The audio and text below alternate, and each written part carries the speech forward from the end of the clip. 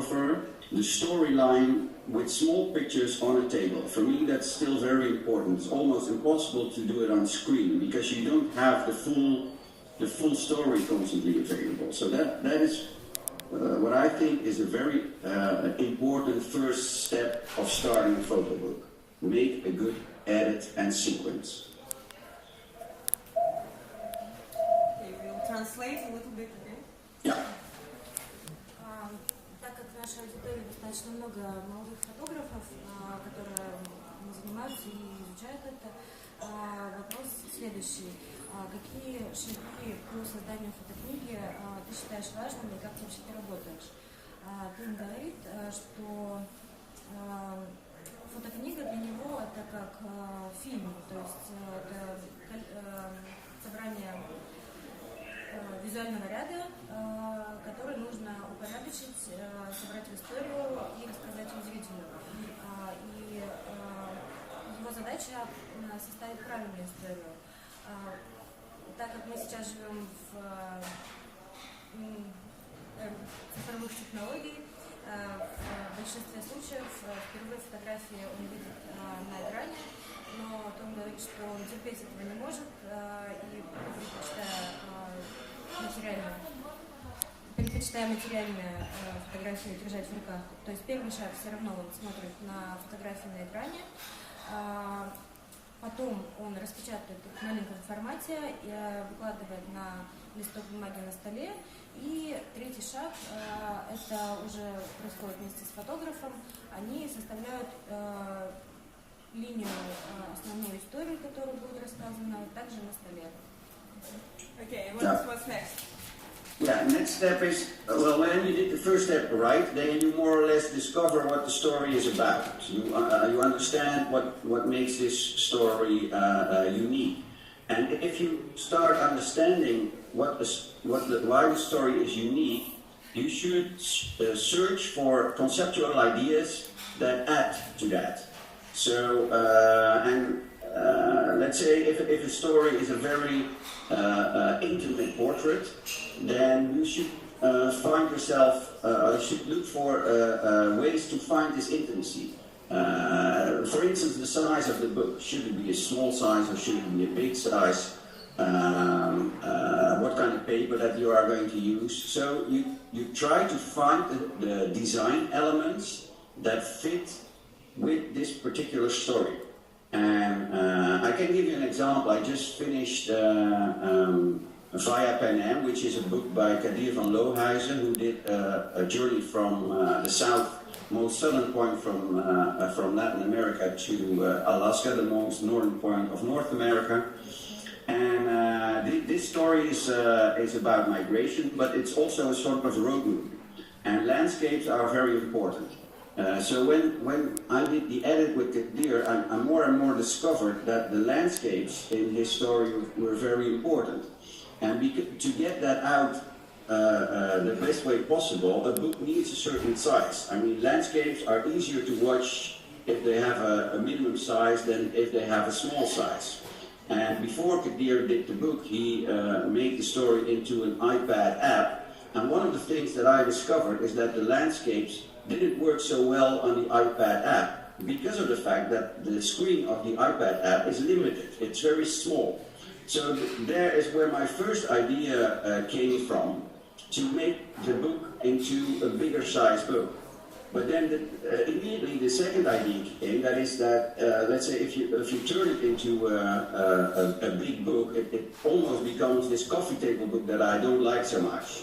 So then you start searching for an alternative to make it special. And my analysis of the photography of Kadir was that Kadir photographed a lot of landscapes on the one side, but also a lot of families on the other side. And the intimacy of the portrait photographs of the family did work really well on a small size scale. I still have the iPad as an example, and I thought that scale was wonderful for the photos of the portraits.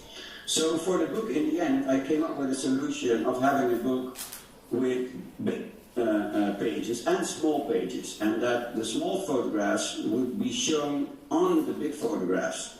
And so so this is a very good example of how you think of what the special character of a photography story is. You find the right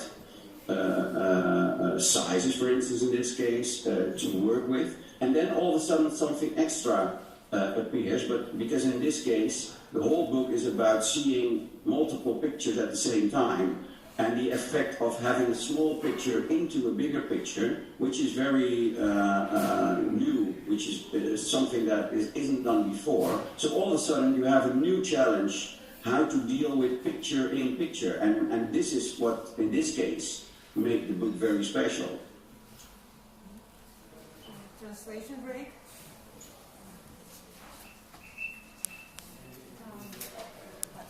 У нас сейчас следующий шаг, то есть мы говорили о том, что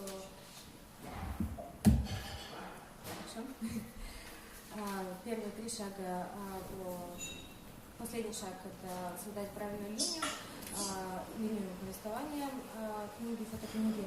И следующий шаг, о котором говорит Teun, это выбор формата, собственно, сам дизайн. Рассматривалось на примере книги. Как один lösen wir по нам, она есть на выставке, такая огромная книжка, которая лежит на скамейке и невозможно повесить. Можете сходить. В книге представлены работы из путешествий Северной Америки и Аляски. И само собой понятно, что очень много пейзажей, работ пейзажей.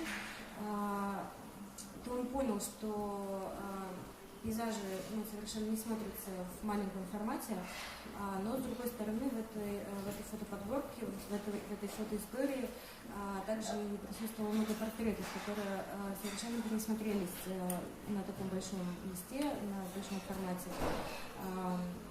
И идея его была совместить эти 2 формата. Соответственно, книга получилась состоящей из листов, на которых напечатаны фотографии с пейзажами, они большие, и где портреты, они маленькие.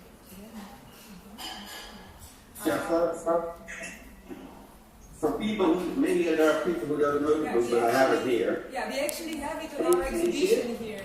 We have it on our exhibition here downstairs. Okay. People can look at it, yes.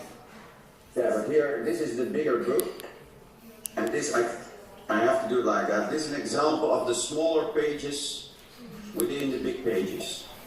So that's basically how it works. Here again, this is small, and the small pages in most cases are the portraits of people, and the bigger pictures are the landscapes.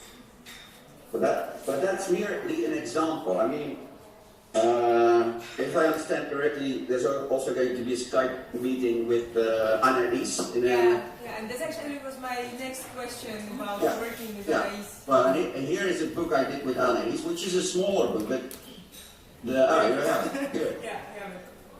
But so there we started completely different, because her story is very much a more intimate story. And therefore, one of the basic decisions is to make a smaller size book, because it is more intimate. Is there still a connection? Yes. Do you see it? Yeah, because your image was frozen.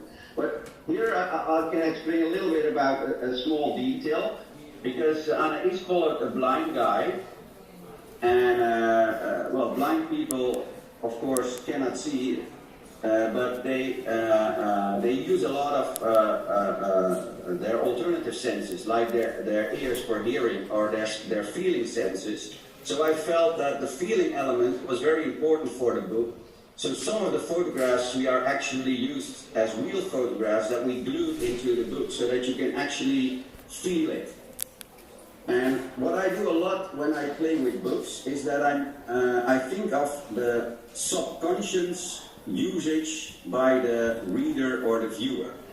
Like, I'm not going to explain for this book that the feeling is very important, but if the viewer goes through a book like this, and all of a sudden there are 4 photographs that are glued on top of the pages, then almost everybody will subconsciously are touching those pictures. And I think that it is very important that the book has these elements where the reader or the viewer of the book has this subconscious extra experience, because that is something you will never be able to do on screen. We need to translate. Yeah. Как раз переходим уже, собственно, к книге. Как раз, собственно, переходим уже к книге Анais. И задача была создать небольшую книгу, небольшого формата. В своей истории Анais исследовала с таким человеком, и для Теуна очень был важный момент чувственности. То есть создать такой дизайн, который можно не только видеть, как на экране, чего он не любит. Он играл с дизайном и вклеил в книгу фотографии так, что их можно потрогать. И вот именно это extra experience, то есть какие-то более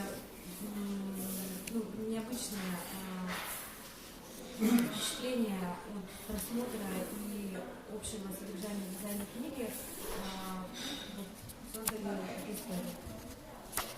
Can you explain a little bit more how did you work with Anais? So where did you start? Who made all these decisions? Because in the book there are a lot of very interesting decisions. Not only the studio bits, but also the sound, the possibility of listening to the sound of the birds, the video. So how did it happen? And also about the 7 covers. Yeah.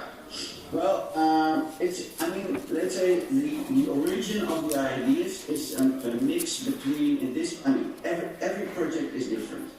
So, let's say sometimes a photographer comes to you simply with a bunch of photographs and doesn't have a really clear idea about what he or she wants to do. But sometimes a photographer comes to you with a bunch of photographs and has already lots of ideas what he or she wants to do.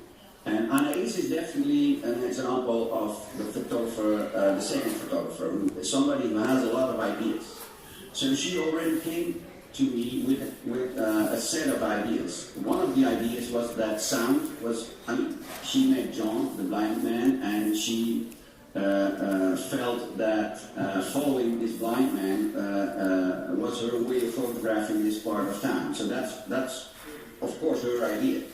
And because of the fact that she followed the blind man, she also discovered that sounds and the sound of birds was very important. So that's also her idea. And to include these graphic elements that represent the bird sounds is also Anais' idea. So at a certain moment in this case, I'm being confronted with a photographer who already has a lot of ideas.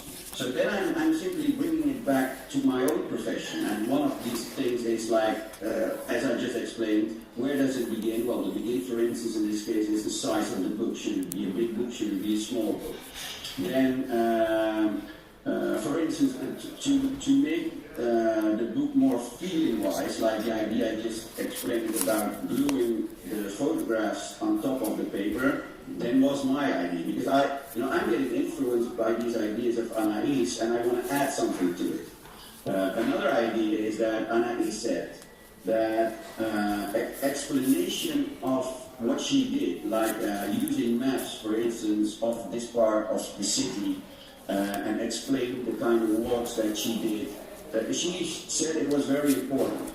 And the difficulty for me was that since we decided that the book should be a smaller book, is that if you include these maps into the book, is that these maps needed a certain minimum size. Otherwise, it's very difficult to read them. And when I tried to put the maps into the book, it somehow disturbed the intimate story, the walk that you did with this guy, John. So then I had to come up with another idea, because I understood that these maps were very important, and I totally agreed with Anais that they should be connected to the book. But the alternative idea was, if they don't fit in the book, then maybe you have to attach them as extras to the book. And then And then you create yourself, a problem. How do you attach something loose to a book? And then in the end, you come up with the idea of making 6 different covers, so that it is part of the book, but it is not, a part of the photographic sequence. So that then is an idea that comes from, in this case, from the designer. And then there are little details, like Anais gave me these computer graphics from the bird sounds, and because of the fact that these graphics are originally, these are graphics that are made by a computer, and when I looked at them, I thought that the character of computer graphics didn't fit very well with the personal character of following this guy, Jean. And therefore I decided to redesign the graphics. And I made them more graphic. I literally redrew the computer graphics and made them more like little drawings. And it's a very subtle difference, but it is an important difference, because now they are handmade, and therefore they are more sensitive than when they are computerized. So it's a mixture of all these things.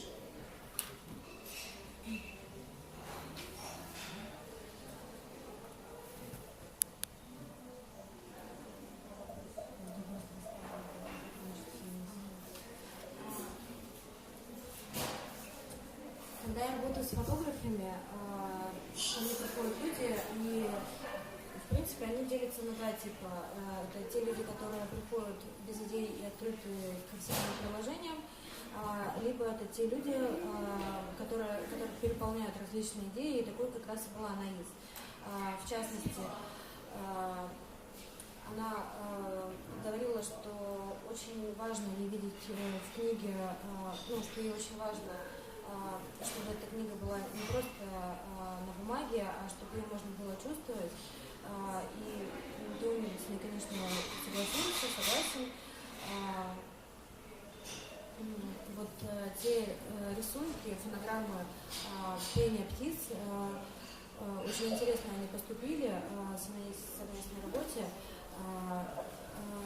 Изначально она принесла этот звук от пения птиц в компьютерной форме, то есть компьютерной графикой, но Teun их перерисовал для того, чтобы сделать их более живыми, и вот такими они получились в книге. Его идея также была вклеивать фотографии в книгу, и может, наверное, лучше показать?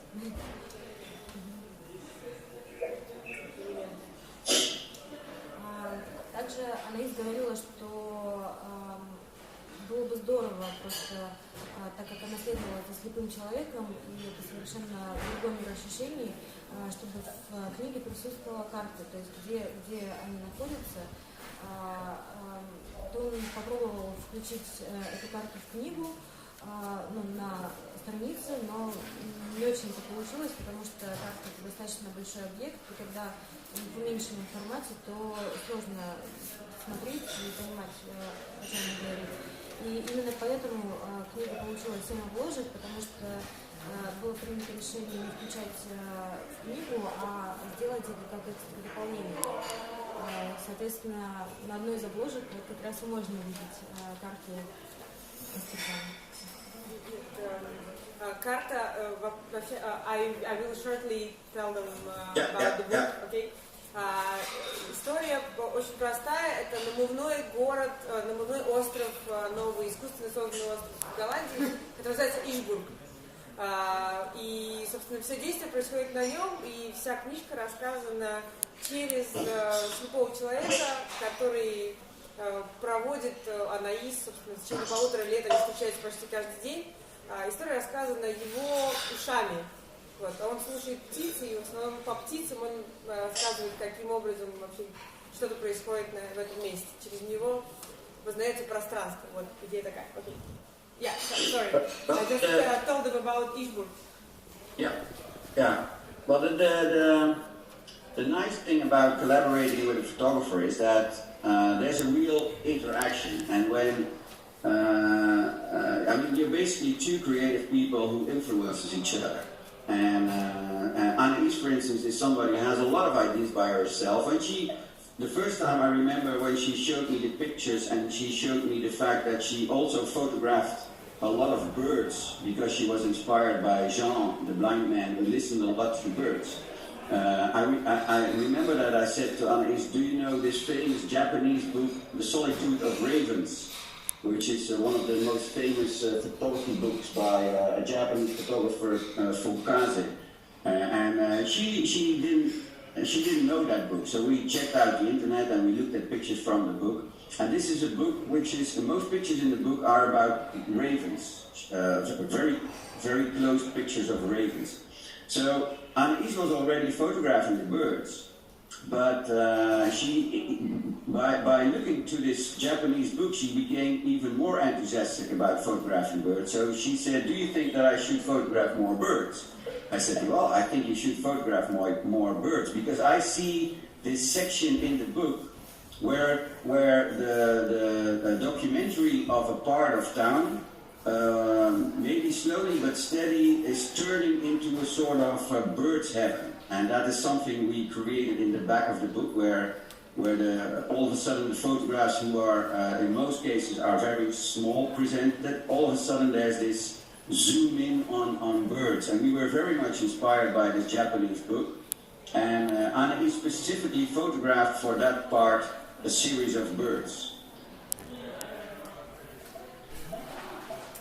So that's a nice example of how you inspire each other. I mean, Anais' idea is to photograph the birds.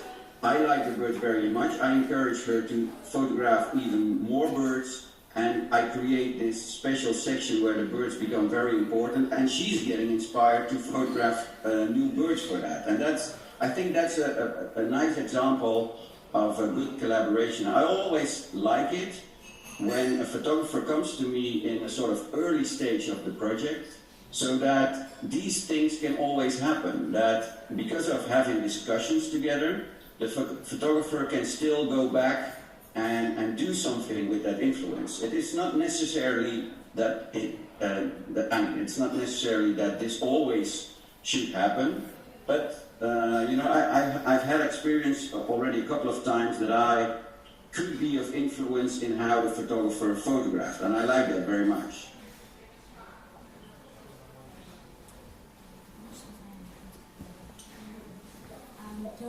Sorry, can you tell us again about the name of the Japanese book? The Japanese book is by Masahisa Fukaze, and the title of the book is Solitude of Ravens.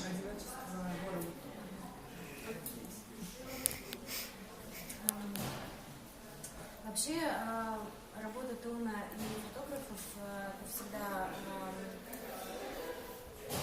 очень такое взаимодействие плотное. И в случае работы с Анаис это вот очень хорошо проявилось на примере с птичками. Вы можете увидеть в книге. Изначально фотографий птиц было не так много, но пришли совместно к той идее, что нужно еще доснимать, и в книге появилась целая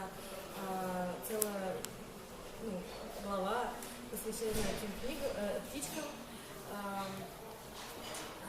Также вот вдохновились, собственно, для создания этой части книги с птичками книгой «Одиночество воронов» японского автора, и было взаимное такое вдохновение. Собственно, Анаис пошла, сделала еще фотографии птиц. Теун также сказал, что ему очень нравится, это не обязательно, но ему очень нравится работать с авторами, которые только в самом начале проекта своего, то есть что у них есть возможность совместно как-то развивать проект, вдохновлять друг друга, и, собственно, в случае с Анаис так и произошло. но он уточнил, что это совсем не обязательно. То есть, в принципе, когда полная подборка фотографий, полный проект